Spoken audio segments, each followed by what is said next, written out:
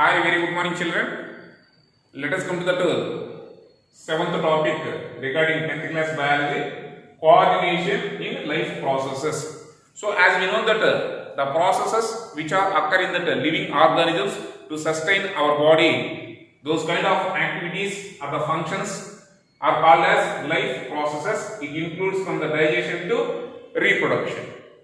So, coordination in life processes means, for example, one of the life process like digestive system, how it can be coordinated to the other systems, or how these digestive system is integrated to the other systems like respiration, transportation, the blood circulation, as well as the excretion and reproduction, and muscular system, nervous system, and endocrinal system. How this digestion is depends upon that other systems.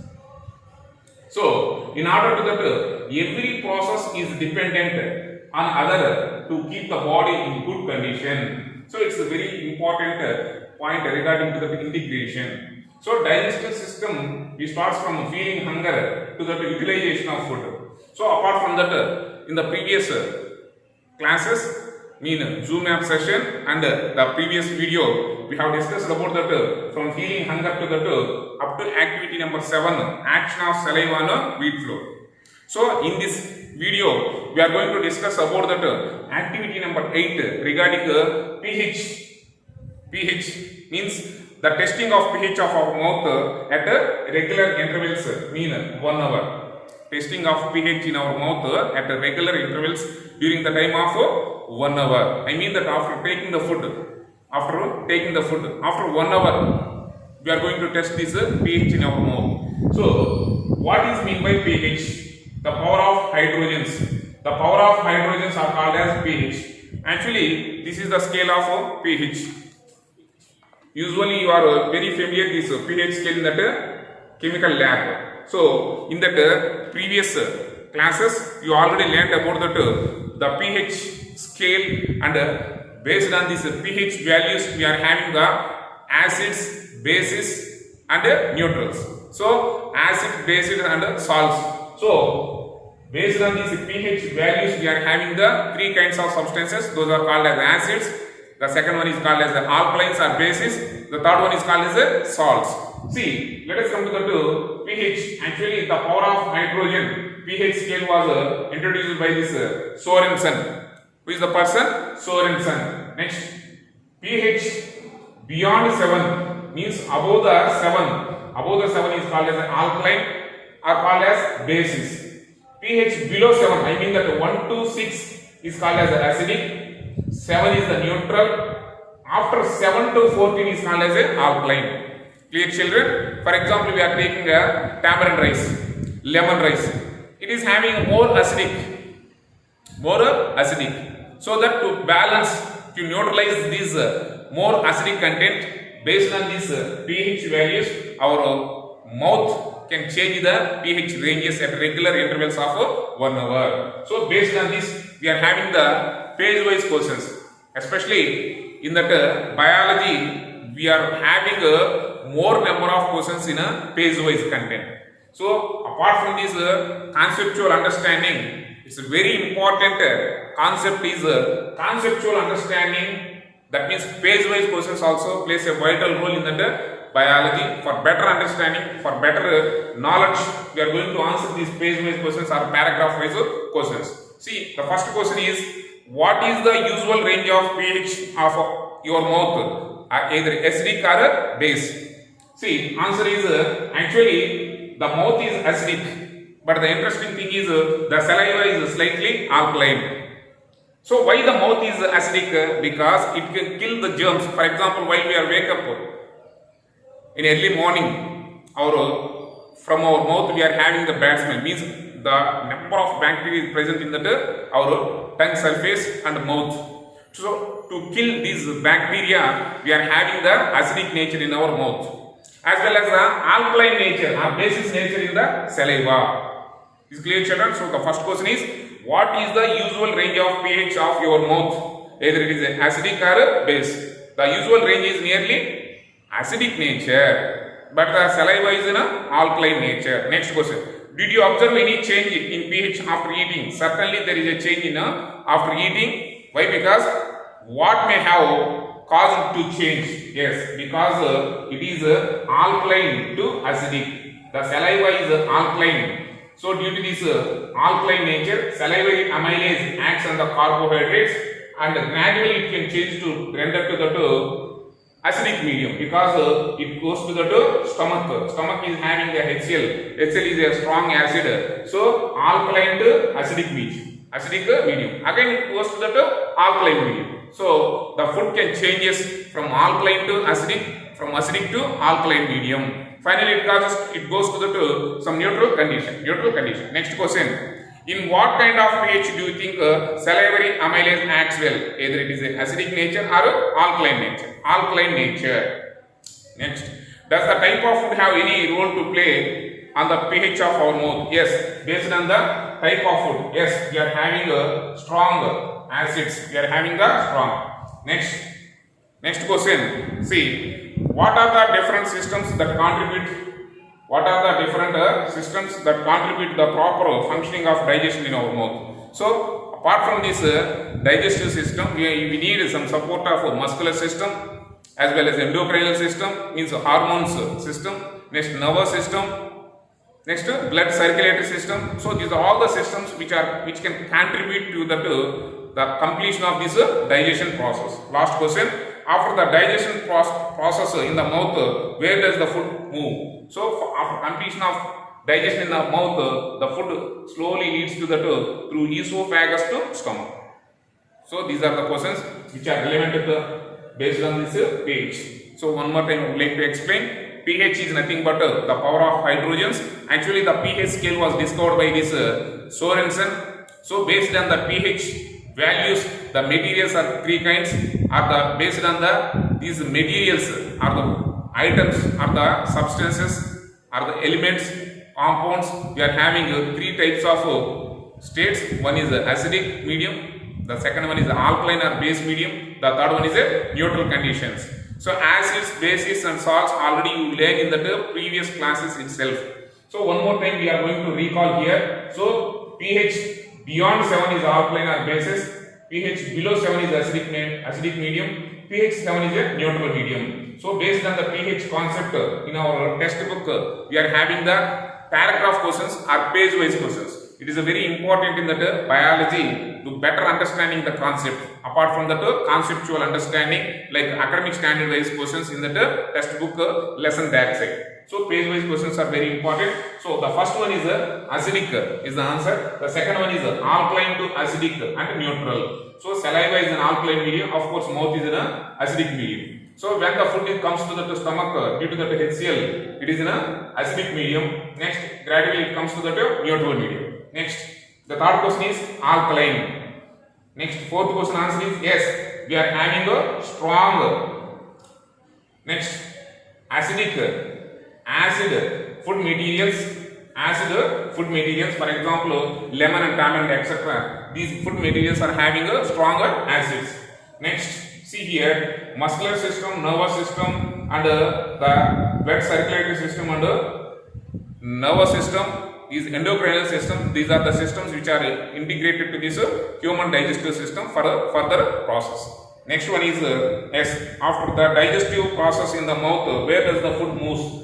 After completion of digestion in the food, then it goes to the esophagus to stomach. So let us move to the esophagus. So this is the structure of esophagus. So this is the black diagram about esophagus. So this black diagram clearly indicated or clearly it can be explained the role, the functional, the structural and the functional role of esophagus, mainly 6.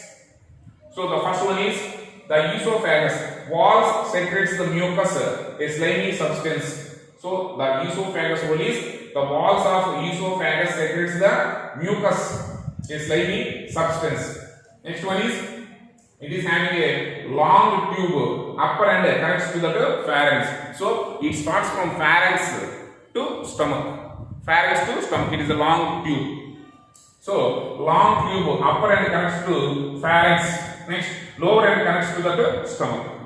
So this part from pharynx to stomach is a long convoluted tube is called as a oesophagus. Oesophagus. Next, passes food to stomach by wave-like movement of walls is called as a peristalsis. So what is the use of esophagus in our digestive system? The right answer is it results to the contraction and relaxation of the walls in the esophagus causes peristaltic movement. That means the food travels through esophagus to stomach in a wave-like movement. Next, muscular and elastic. What is the nature of esophagus? It is a muscular and elastic nature. Next, walls carry on wave-like movement by contraction and relaxation. So these contraction and relaxation of these esophagus walls, it results to that contraction and relaxation. So it causes to wave-like movement or peristaltic movement, which can travel the food through this esophagus to stomach. So this is the black diagram about esophagus. So based on this esophagus, we are having the paragraph questions. I mean this content wise questions. The first question is what does the schematic diagram tells us about the esophagus? So the esophagus diagram, schematic representation of black diagram reveals about the information about functional and structural attributes of esophagus. Functional and structural, how the structure is there and what is the function of this esophagus. The second question, what kind of the tube of esophagus? So esophagus is a tube of long, convoluted and muscular and elastic. It is a long, convoluted, muscular and elastic tube is there. Next, the third question, how does the mucus helps in a passage of food? How does the mucus helps in a passage of food? See, the mucus, actually the walls of this esophagus secretes the mucus which helps to slide the substance and easy to slippery, means easy to slide down. So these are the roles of esophagus, and based on the esophagus we are discussing about the questions. Next we move to another important activity which is related to peristaltic movement of bolus. Peristaltic movement of bolus we are going to discuss. So first we have to observe that the structure of esophagus. The structure of esophagus. See, peristaltic movement, as we said that this is the structure of our human digestive system. Especially we are discussing about only esophagus, from pharynx to esophagus along with the stomach. See, let us come to the what is meant by peristaltic movement? The wave-like movement. The wave-like movement of bolus. What is meant by bolus? Food bolus. Usually the food which is digested partially in the mouth by the salivary amylase. So the partially digested food in the mouth is called as food bolus. ఆహారపు ముద్ద, పాక్షికంగా నమలబడినటువంటి ఆహారపు ముద్దని food bolus అంటారు. So మనం ఆహారం మింగటం, ముద్దలుగా మింగుతాం కదా, దాన్ని ఫుడ్ బోలస్ అంటారు. I mean that it is not completely digested. It is only partially digested. So peristaltic movement of food bolus. So actually we are having a similar activity. The similar activity is very close relation to this activity of potato with cycle tube. Actually in this picture they are showing about the cycle tube, the old cycle tube along with the potato movement. Is clear, children? So textbook page number 153, activity number 9 up to activity number 7 we discussed in the previous sessions. So today we are going to discuss about activity number 8, pH ranges at regular intervals of 1 hour before taking the food, after taking the food material. There is a clear difference of pH ranges because of the food ingredients having different mediums like acidic medium and alkaline medium and neutral medium. So for example, salts are neutral, some food materials are some strong acids like these lemon and these amla, they are having the strong acids, and some bases. Is clear, children? So after completion of pH in activity number 8, we are moving to the activity number 9. It is a model, making a model of esophagus to observe how the bolus moves forward. For example, let us take a model of potato with the cycle tube. So first we are going to take a used cycle tube and we have to invert this cycle tube and we have to apply the Vaseline like grease. So when we apply this inverted cycle tube of oil as well as potato, and while we are inserting this potato and while we are pushing or squeezing this potato, the potato can move through esophagus in like movement. That means it is a wave like movement in this cycle tube. It is very closely related to the food bolus in that esophagus. How the food bolus moves in esophagus, it is a close related to potato movement in a old cycle tube, inverted cycle tube. Is clear, children? So let us come to the two. This is the parts which are related to our human digestive system. Now the food is in the partially digested in the mouth, and it gradually the food travels through peristaltic movement of food bolus. Food travels esophagus to stomach. The food travels esophagus to stomach in a peristaltic movement. So actually, what is meant by mucus? Mucus is nothing but a slimy substance. If suppose we are trying to capture the fish, it easily escape from our hands because it is having a mucous membrane.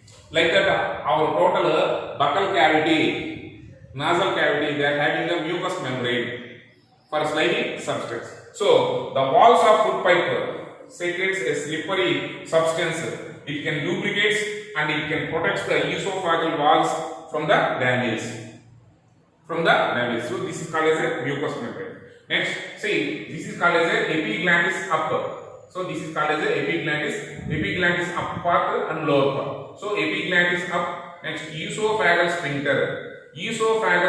What do you mean by sphincter? Sphincter is a nothing but it is the tool like structure which can regulate the allowing the substances. It can regulate. So just like a gas regulator. So when we are open the regulator, when we have to open the regulator, then only the gas can be released from the cylinder to gas tube. So like this, it is having a regulator which can control the allowing this food material. So that the substance, the food substances which can allow this esophagus to these epiglottis to esophagus through this sphincter. This is called as a esophageal sphincter constricted. So whenever this esophagus sphincter is constricted, the food is in that only mouth position. When the esophageal sphincter is relaxed, then the food travels through this esophagus. So the relaxed muscles, whenever the muscles are relaxed, the food is trying to push into the forward movement. Next, these are called as contracted muscles. So this is the position of relaxed muscles. This is the position of contracted muscles. So contraction and relaxation of smooth muscles of the esophagus, it causes to that wave-like movement. So the food bolus is moves from this epiglottis to stomach by a wave-like movement. This is called as food bolus. Next, this is the another sphincter which is present in the stomach. This is the esophagus sphincter. This is the stomach sphincter. This is the sphincter which is present in the stomach.